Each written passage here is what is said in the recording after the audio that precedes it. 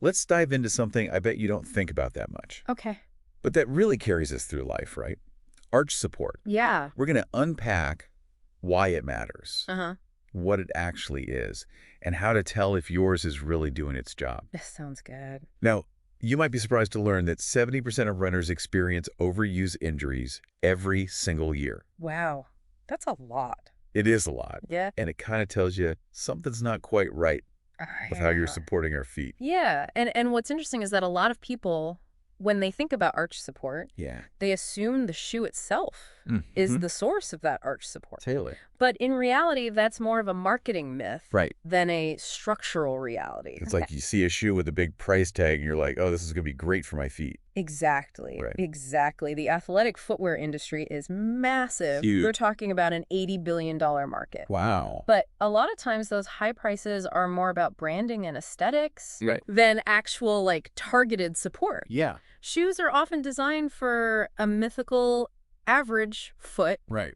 which doesn't actually exist. Doesn't exist. So where does the real support come from? Well, the unsung hero here is often the insole, Oh, okay. that seemingly insignificant insert that we often just toss aside. You mean those things? Yes, those things. Okay. They're the true providers of arch support. Really? And the science backs this up. Okay. Studies have shown that custom orthotics, which are essentially prescription insoles, Okay. can reduce foot pain by up to 74% Wow. in people with high arches. 74%. That's huge. It is a huge difference. Okay, I'm starting to see why we're doing a deep dive on this. Yeah. But before we even go any further, Sure. I think maybe we should just define what we're even talking about here. Okay. When you say arch support, what is an arch and why does it need support? So think of your foot like a bridge. Okay. The arch is that curved structure that runs along the bottom, from your heel to the ball of your foot.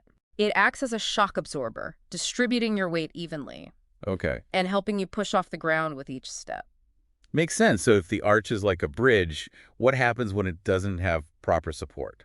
Well, imagine a bridge with weak or crumbling supports.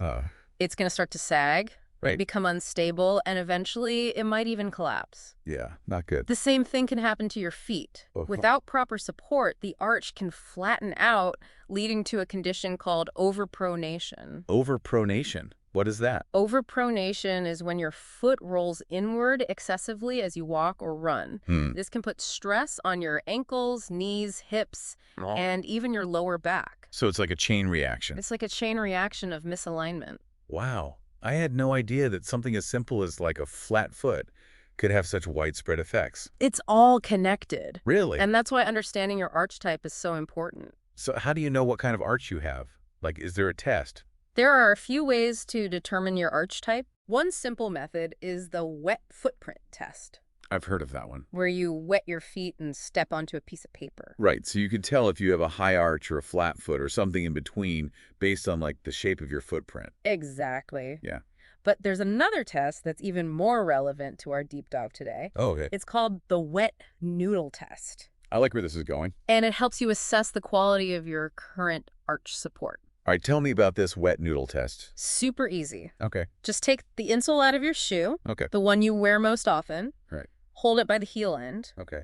and give it a little wiggle. Okay. I'm wiggling and Yeah. it's moving around a lot. So if it feels like a floppy, wet noodle, Okay. that's a pretty clear sign that it's not providing you with the support that you need. So what should it feel like? A good, supportive insole Yeah. will be firm Okay. and resist your attempts to bend it. So if it's stiff, that's good. That firmness is what helps distribute your weight evenly, absorb shock, and keep your feet properly aligned.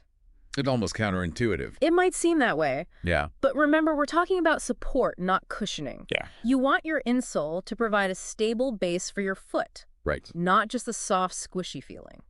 This is fascinating. I'm already rethinking my entire shoe collection. Oh, But let's dig a little deeper into the different types of arches Sure, and sure. why they matter so much. okay. Welcome back to our deep dive into the world of arch support. Yeah, so that wet noodle test. Yeah. Real eye-opener. I think I need to do some serious insole shopping I think we all do. after this. But Yeah. before we get into that, Yeah, let's break down these arch types. absolutely. So remember those three main categories: flat, neutral, and high. Mm-hmm. Each one needs a different kind of support to function at its best. It's like we're customizing the foundation of our bodies, starting with our feet. Exactly. So let's start with flat feet. If you have flat feet, your arch collapses inward when you stand, Okay. causing your foot to roll inward excessively. That's what we call overpronation.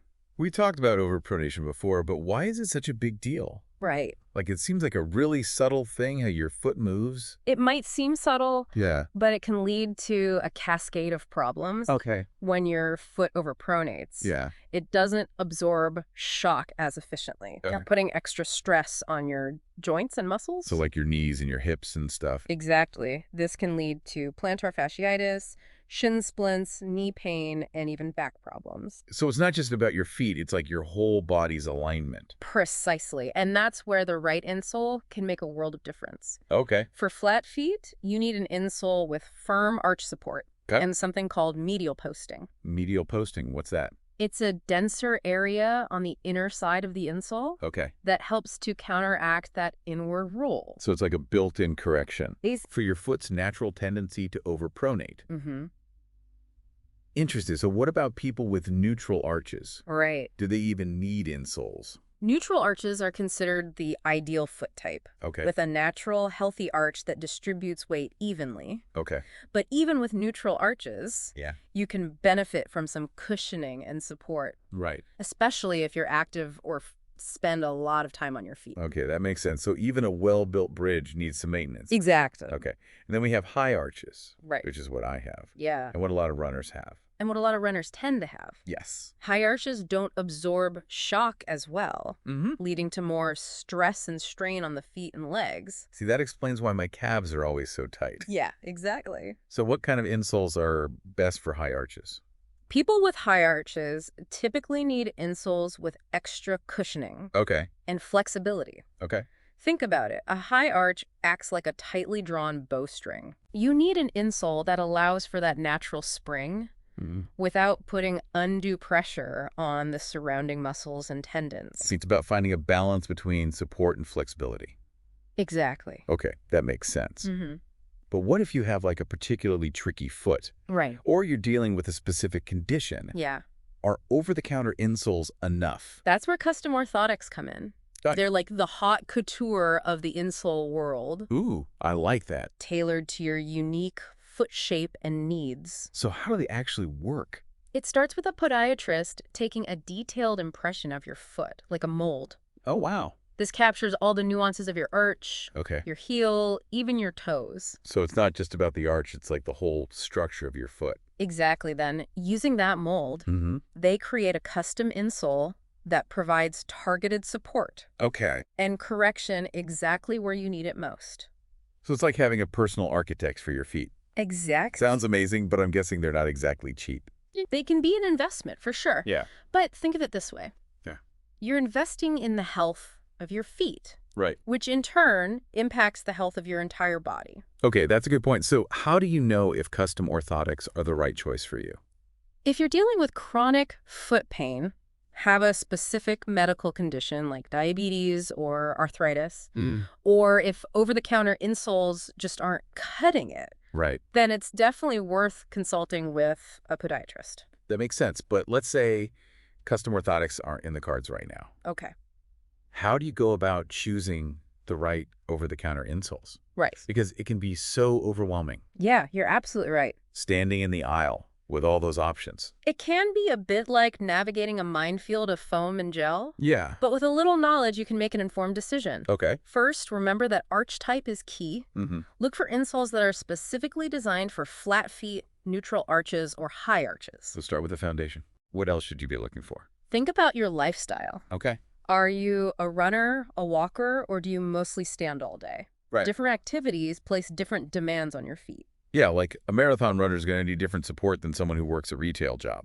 Exactly. Yeah. And consider the type of shoes you'll be wearing them in. Okay. Dress shoes, sneakers, work boots, Yeah. they all require different insole considerations. So we're back for the final part of our deep dive into arch support. Right. And so far we've learned the right insole can be like a personal architect for our feet, Exactly. helping to correct imbalances and prevent a whole host of problems. Uh-huh. But before we wrap up, I'm still kind of curious about those over-the-counter insoles. How Okay. can you really tell if you're getting a good one? That's a great question. There are definitely some key things to look for. Yeah. Beyond just the arch type and the activity level, Mm-hmm. one important factor is the material. Okay. Insoles come in a variety of materials, each with its own pros and cons. Like what?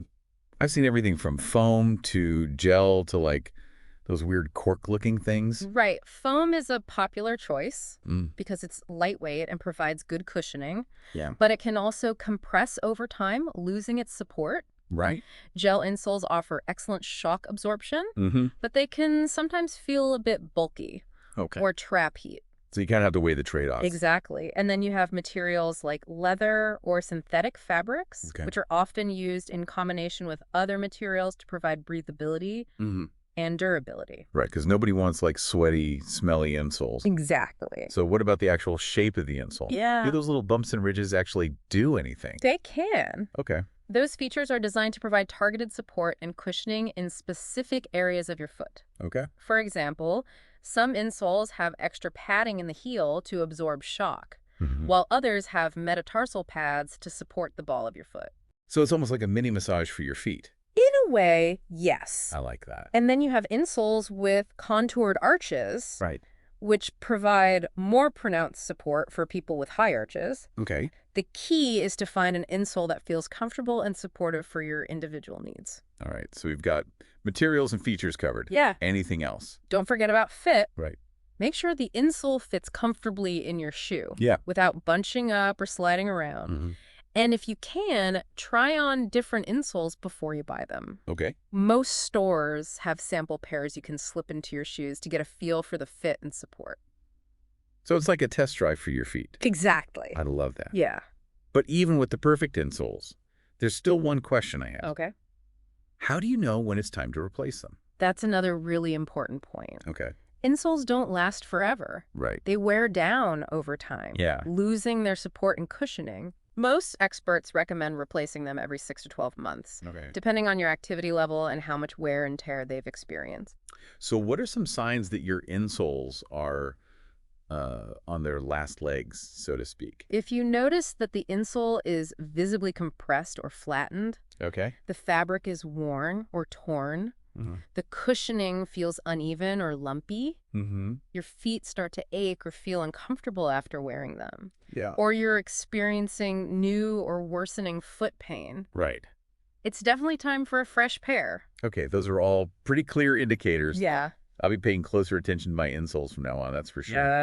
Good. So this has been a really, really enlightening deep dive. Yeah, it has. I feel like I've learned so much about a part of my body that I just usually take for granted. It's amazing how something so seemingly small can have such a big impact. It really is. Yeah. So listeners, we hope you've enjoyed this journey into the world of arch support. Remember to pay attention to your feet, do your research, and find the support that's right for you. Because when your feet are happy, you're happy. Until next time, Happy walking. happy walking.